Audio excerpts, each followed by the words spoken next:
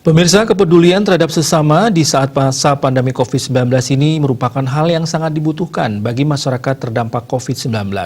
Dorongan dan kepedulian itu juga menggugah hati Paiketan Krama Bali atau PKB untuk turut berkontribusi memberikan paket sembako di tengah-tengah masyarakat langsung dalam usaha percepatan penanganan COVID-19 di Provinsi Bali. Krama Bali kali ini menyasar anak-anak di Yayasan Tatuam ASI Kota Denpasar. Sebanyak 25 paket sembako yang terdiri dari beras, minyak goreng, dan telur ayam diserahkan langsung secara simbolis kepada pengurus Yayasan Tatuam ASI.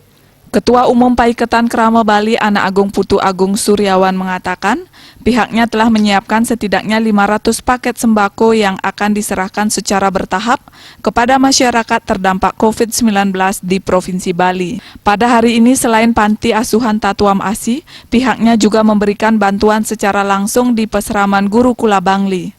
Kegiatan sosial ini dilaksanakan mengingat terjadinya pandemi COVID-19 mempunyai masalah yang sama dalam hal memenuhi kebutuhannya sehari-hari. Karena itu pihaknya tergerak untuk mengumpulkan dana dan terkumpul sebanyak 20 juta rupiah yang dijadikan paket-paket sembako untuk dibagikan kepada masyarakat terdampak COVID-19. Membantu hanya bisa di sini 25 paket sembako.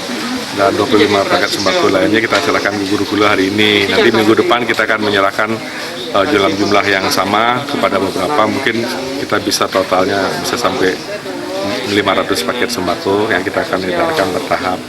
Tapi sekarang di sini baru 25. Nah, ini dalam rangka merayakan hari ulang tahun Paiketan Krama Bali yang ketiga, dan pas sekali kebetulan kita punya masalah pandemi COVID. Kita tahu bahwa semua orang punya masalah, tapi ada beberapa masih yang bisa bertahan, yang masih memiliki sedikit simpanan. Nah, akhirnya kita kumpulkan kecil-kecil walaupun tidak banyak jumlahnya. Ya, kita hanya bisa mengumpulkan dalam jumlah sekitar 20 juta. Nah, itu kita berikan paket sembako, kita akan bagi-bagi secara bertahap kepada mereka yang benar-benar membutuhkan. Ya memang semua orang membutuhkan, tetapi kan kita lihat skala prioritas karena sumber daya kita yang terbatas.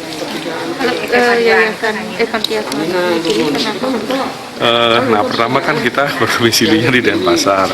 Di Denpasar ada panti asuhan banyak. Kemudian kita lihat di sini ada panti asuhan Tatuam ASI yang didirikan oleh para pejabat dan istri pejabat pada zaman dulu, ya kalau nggak salah mungkin Prof. Mantra dan istri beliau, dilanjutkan dengan Prof. Ketu dengan istri beliau yang sekarang di yayasan. Ya kita lihat bahwa beliau dulu mendirikan ini pasti sudah melihat sesuatu yang sangat ujian. Kebetulan sekarang kita ada di Denpasar, kita coba yang sini. Kemudian sebagai Krama Bali kita cari sebutan Bali juga yang di Bangli, Gurukula. Nanti ada tidak harus semua yayasan panti asuhan, mungkin ada juga masyarakat di tempat tertentu Krama Bali di pelosok yang membutuhkan. Kita bisa misalnya pakai di Buleleng, apa di Karangasem. Nah itu masih sedang dicari oleh teman-teman di Paiketan, nanti mereka akan mengusulkan, baru kita pilih. Ya maksudnya kami sih pingin semua ada, tapi karena sumber daya kita terbatas, ya kita bisa lakukan dengan terbatas. Ketua Yayasan Tatuam ASI Igusti Ngurah Ketu menyampaikan apresiasinya dan berterima kasih kepada Paiketan Krama Bali karena telah peduli secara bergotong royong membantu yayasan dalam melaksanakan usaha sosial dalam menyantuni anak-anak yatim piatu. Setidaknya ada 43 anak-anak yatim piatu dan kurang mampu yang terbantu hari ini dalam pelaksanaan bantuan sosial sembako oleh Paiketan Krama Bali di Yayasan Tatuam ASI Kota Denpasar. Terdiri dari usia berapa? Usia SD sampai profesor, yang di perguruan tinggi gratis. Kita kerjasama ini ada koordinasi antara kita dengan Buat aja kan sekarang di Paiketan. Sama aja.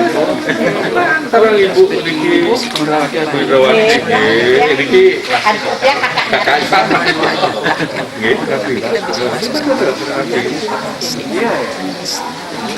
Istimi, Oh, iya.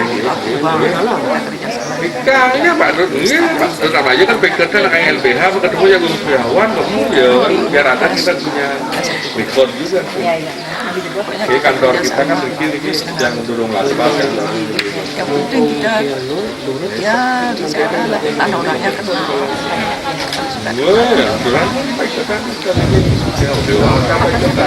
Situasi pandemi COVID-19 seperti sekarang ini membuat ekonomi yayasan cukup kewalahan dalam memenuhi kebutuhan sehari-hari.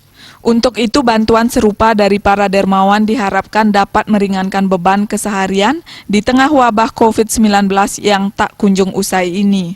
Agung Rai, Bali TV.